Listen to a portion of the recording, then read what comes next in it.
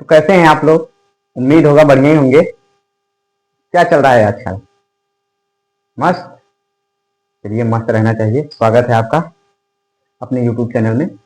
तो हम लोग पढ़ चुके थे कुछ रक्त संचरण जो चल रहा था, रक्त संचरण और परिवहन जो चल रहा था वो हो गया था। उसमें थोड़ा सा दिल के बारे में हम पढ़े थे। तो दिल में दिल के ऊपर ही कौन सी नस पाई जाती है? तो आपके कोरोनरी साइरम साइरम नस पाई जाती है। और देखिए, दिल का अध्ययन जो कहलाता है वो आपका कार्डियोलॉजी कहलाता है। दिल का अध्ययन क्या कहलाता है? कार्डियोलॉजी। आज हमको क्या पढ़ना है? रक्त, ब्लड के बारे में। आज हमको ब्लड बोले तो रक्त के बारे में पढ़ना है। तो देखिए, रक्त क्या होता है, कैसे बनता है, कैसे नहीं। तो रक्त देखिए, रक्त आपका बोन मैरो अस्थि मज्जा में बनता है। रक्त आपका किसमें?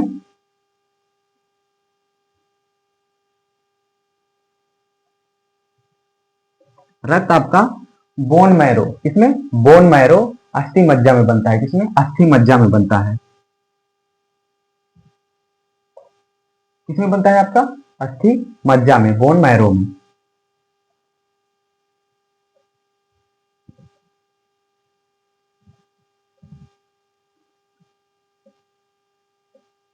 रक्त आपका अस्थि मज्जा में बनता है। रक्त आपका अस्थि मज्जा बोन मैरो में बनता है।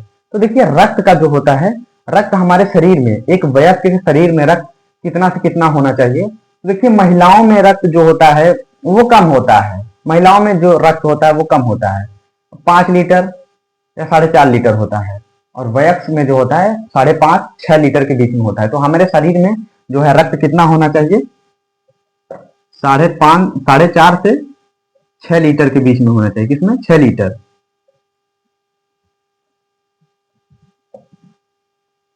6 लीटर होना चाहिए। हमारे शरीर में रक्त कितना होना चाहिए? 6 लीटर होना चाहिए। एक वयस्क के शरीर में कितना रक्त होना चाहिए? 6 लीटर होना चाहिए।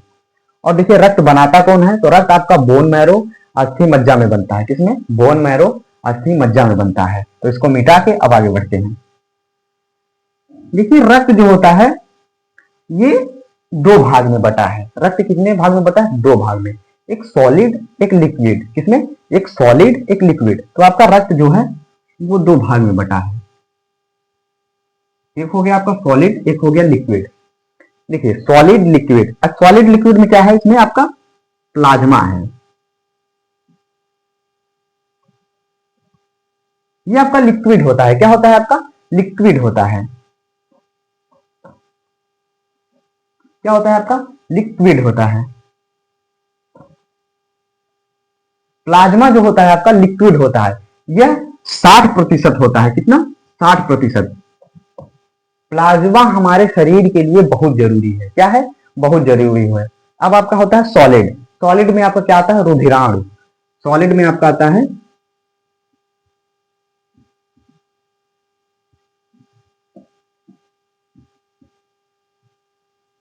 रुधिराणु। ये क्या होता है आपका? सॉलिड होता है। ये कितना होता है आपका? 40% होता है।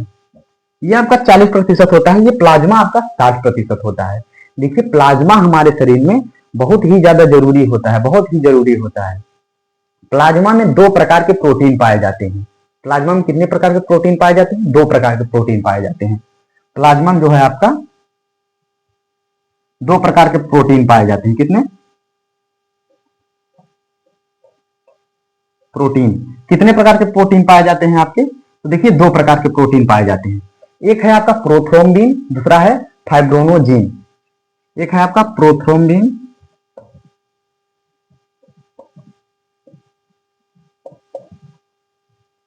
और दूसरा है आपका फाइब्रोनोजीन। फाइब्रोनोजीन।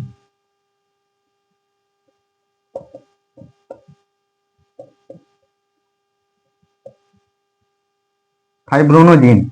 पहले आपका प्रोथ्रोम्बिन, दूसरा है आपका फाइब्रोनोजीन।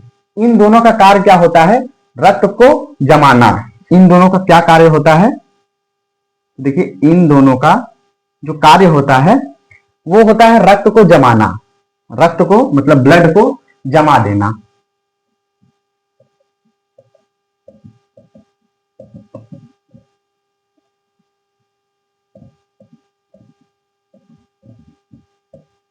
इन दोनों का कार्य क्या होता है? रक्त को जमा देना। देखिए रक्त को जमाना बहुत जरूरी है। जैसे कि अगर आप में ये प्लाज्मा अगर आप में नहीं है, ये फाइब्रोनोजिन और प्रोथ्रोम्बिन अगर नहीं है, तो अगर आपको कहीं कट गया, जैसे आपको कहीं कट गया, चाहे धमनी कट गया चाहे सिरा कट गया, अगर आपकी नस कट गई, तो ये दोनों प्रोटीन जब ये रक्त को जमाएंगे ही नहीं, तब ये आपका रक्त जो है पूरा बह जाएगा, जिससे आपकी मृत्यु हो जाएगी। क्या हो जाएगी? मृत्यु हो जाएगी।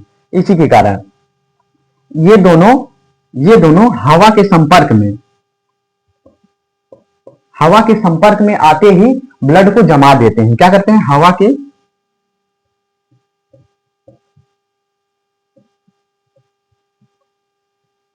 संपर्क में आते ही रक्त को जमा देते हैं। रक्त को जमा देते हैं, ठीक है। ये दोनों प्रोथ्रोम्बिन और फाइब्रोनोजिन, जैसे कि आपको कटा, जैसे कि मान लीजिए आपको कट गया हाथ में, तो ये जैसे कि हवा इसमें लगेगी, वायु के संपर्क में जैसे ही आएंगे ये दोनों एक्टिव हो जाएंगे, तुरंत एक्टिव हो जाएंगे और ये ब्लड को जमा देंगे। क्या करेंगे? ब्लड को जमा देंगे, जिससे एक थक्का बन जाता है, जिससे ब्लड का थक्का बन जाता है और यहीं पर रुक जाता है खून, आपका ब्लड रुक जाता है। अब एक समस्या एक और है, ये जैसे कि ब्लड को जमा रहे हैं, ब्लड को जैसे जमा रहे हैं, तो कई बार ये आप सोचेंगे कि ये जैसे ब्लड को यहां जमा दिए और ब्लड को शरीर के अंदर में अगर ये जम गया तब तो बहुत दिक्कत हो जाएगा, क्योंकि जब खून प्रवाह नहीं होगा तो आपकी यहां सड़न पैदा होने लगेगी, खराब होने लगेगा। तो ब्लड को शरीर के अंदर जो है, ब्लड को रक्त को शरीर के अंदर, रक्त को शरीर के अंदर जमाने से जो बचाता है, रक्त को शरीर के अंदर जमने से जो बचाता है, जमने से जो बचाता है, रक्त को शरीर में जो जमने से बचाता है, जो जमने से बचाता है उसको हम बोलते हैं हेपरीन। हेपरीन है, हेपरीन जो होता है वो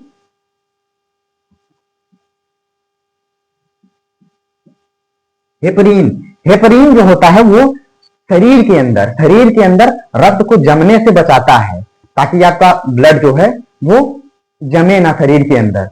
इसके लिए हेपरीन जो होता है वो ब्लड में मिल जाता है और शरीर को पतला कर देता है। क्या कर देता है? पतला कर देता है और रक्त आपका जमता नहीं है, ठीक है। रक्त आपका जो है जमता नहीं है और हमारे लिए ये प्लाज्मा बहुत ही जरूरी होता है। क्या होता है? बहुत ही जरूरी होता है।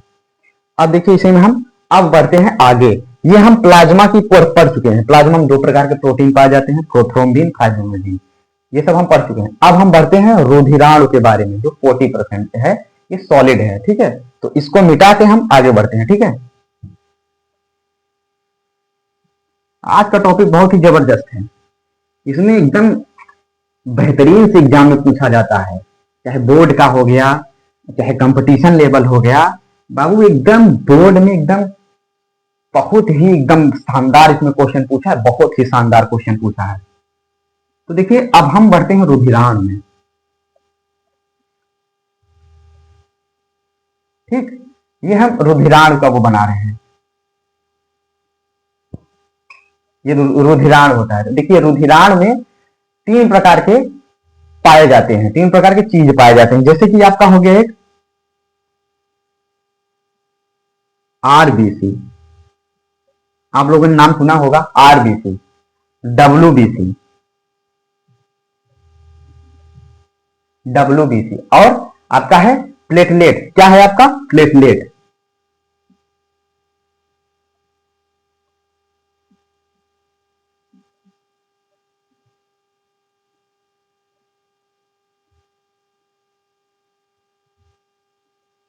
है आपका प्लेटलेट। अब देखिए इसमें हम आगे बढ़ते हैं, सही से दिख रहा है ना?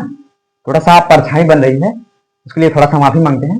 तो देखिए इसमें रुधिराणु 40% होता है। अब इसमें क्या है, आपके 3 पाए जाते हैं, एक आपका आरबीसी, डब्ल्यूबीसी, प्लेटलेट। देखिए आरबीसी में क्या होता है, आरबीसी में हीमोग्लोबिन और आयरन होता है। आरबीसी में क्या होता है, हीमोग्लोबिन और आयरन होता है। आरबीसी जो है, आरबीसी का जीवन चक्र जो होता है 120 दिन का होती है। इनका जीवन चक्र जो होता है 120 दिन का होता है। इनकी संख्या जो होती है 50 लाख होती है। आरबीसी की क्या होती है, सबसे ज्यादा इनकी होती है, कितनी होती है, ये आपके 50 लाख होती है। कितनी, 50 लाख। इनका जीवन चक्र जो होता है 120 दिन का होता है। 120 दिन का, कितना, 120 दिन का होता है। इनका जीवन चक्र जो होता है 120 दिन का होता है। ये 120 दिन में खत्म हो जाते हैं और निर्माण हो जाते हैं, ठीक है। इनमें जो होता है, इनका साइंटिफिक नाम जो होता है एरियोथ्रोम्बोसाइड। एरियोथ्रोम्बोसाइड क्या होता है इनका,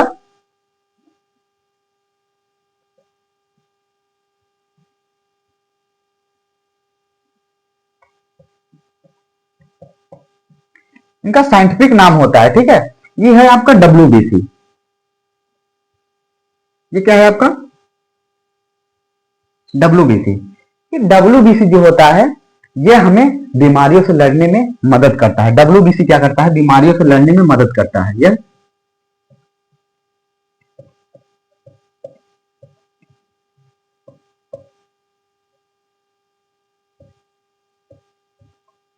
बीमारी से लड़ता है। ये 4 दिन में मर जाता है और ये फिर पुनः निर्माण हो जाता है। इनकी जो संख्या होती है वो 10,000 होती है। कितनी होती है,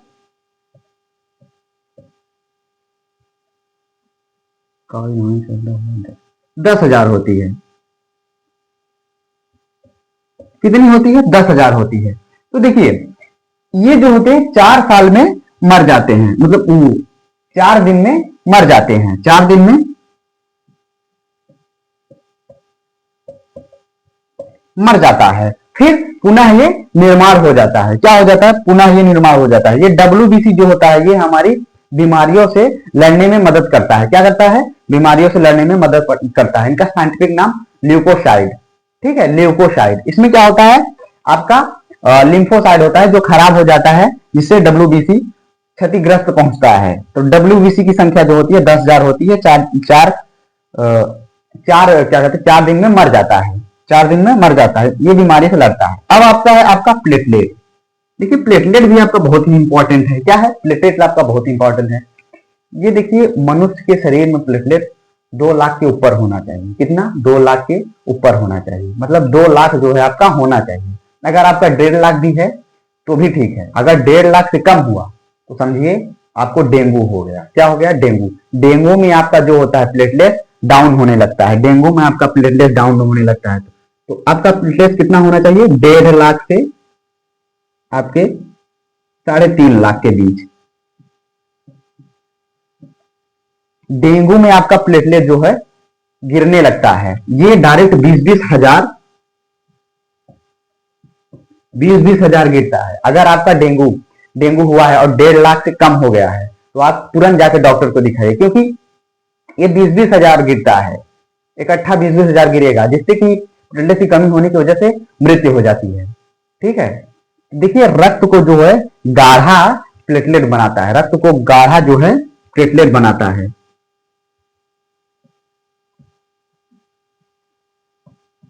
रक्त को गाढ़ा करता है। रक्त को क्या करता है, ये गाढ़ा करता है। ये 7 दिन में मर जाता है और 48 घंटे में पुनः निर्माण हो जाता है। कितना, 7 दिन में ये मर जाता है। 7 दिन में मर जाता है और 48 घंटे में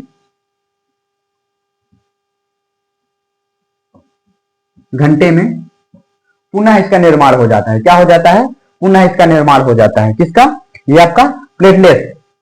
ये तो है आपके प्लेटलेट, ठीक है। अब हम बढ़ते हैं आरबीसी के बारे में थोड़ा सा और बता दें। देखिए, आरबीसी जो होता है ये एक्सप्लीन का कब्रिस्तान होता है। क्या है, आरबीसी का कब्रिस्तान जो होता है वो एक्सप्लीन का कब्रिस्तान होता है। क्या होता है, एक्सप्लीन का कब्रिस्तान होता है। आरबीसी में ही ब्लड ग्रुप मिलता है। तो आपका जो है आरबीसी में ही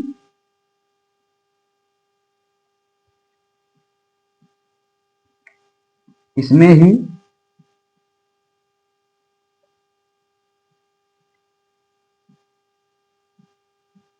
ब्लड ग्रुप होता है, इसमें ही आपका ब्लड ग्रुप पाया जाता है। आरबीसी में ही आपका ब्लड ग्रुप पाया जाता है। क्या पाया जाता है? ब्लड ग्रुप पाया जाता है आरबीसी में।